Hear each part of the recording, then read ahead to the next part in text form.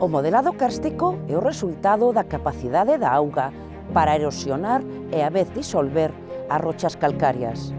Un tipo de rochas sedimentarias, aínda que tamén se pode desenvolver a partir doutras rochas solubles, como as evaporitas, os sesos e as dolomías. Esta palabra kárstico, ás veces difícil de pronunciar, provén de Karso, karst, unha rexión de Eslovenia onde abundan e foron estudadas estas formas. Vexamos como se orixinan estas paisaxes. As calcáreas son rochas duras, compostas de carbonato cálcico. Son impermeables, pero presentan fisuras, como esta, que permiten que a auga penetre no seu interior. Ides a ver. Ademais disto, son rochas case insolubles en auga pura, pero disólvense con facilidade na auga que contén ácido carbónico, e isto é o máis frecuente na meirande parte da auga subterránea.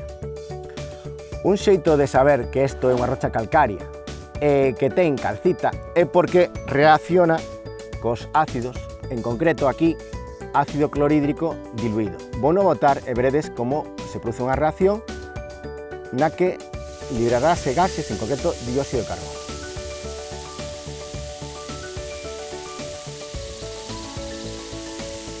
O ácido carbónico fórmase porque a auga de choiva disolve o dióxido de carbono procedente do aire e da descomposición das plantas.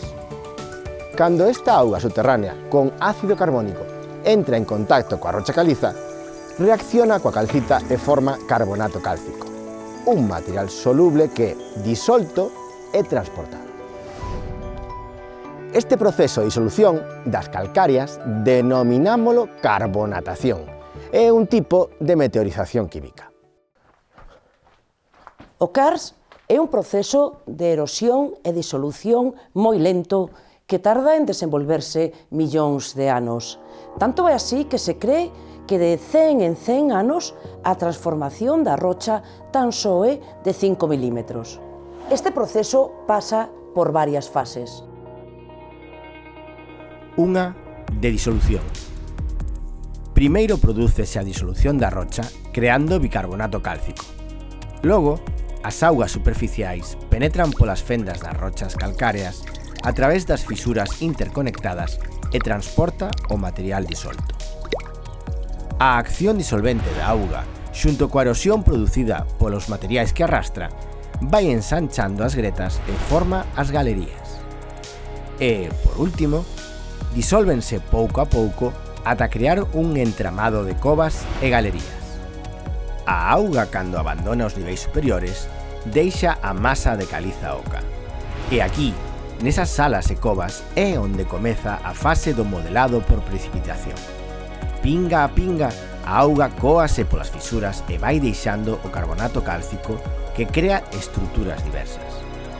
Ao cabo da degradación e da disolución, os teitos das covas e galerías poden derrubarse, dando lugar a paisaxes ruinosas con labirintos kársticos.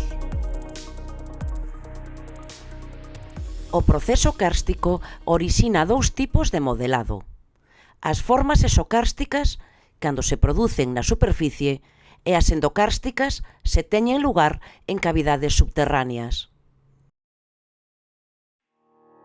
Dentro das exokársticas destacan as formadas na fase de disolución, como os lapiaces, que son acanaladuras feitas na superficie da rocha, as fouces ou vales de francos rectos e verticais, poden ser cortes moi estreitos ou vales máis amplos e por eles discorre ou discorreu algunha vez un río.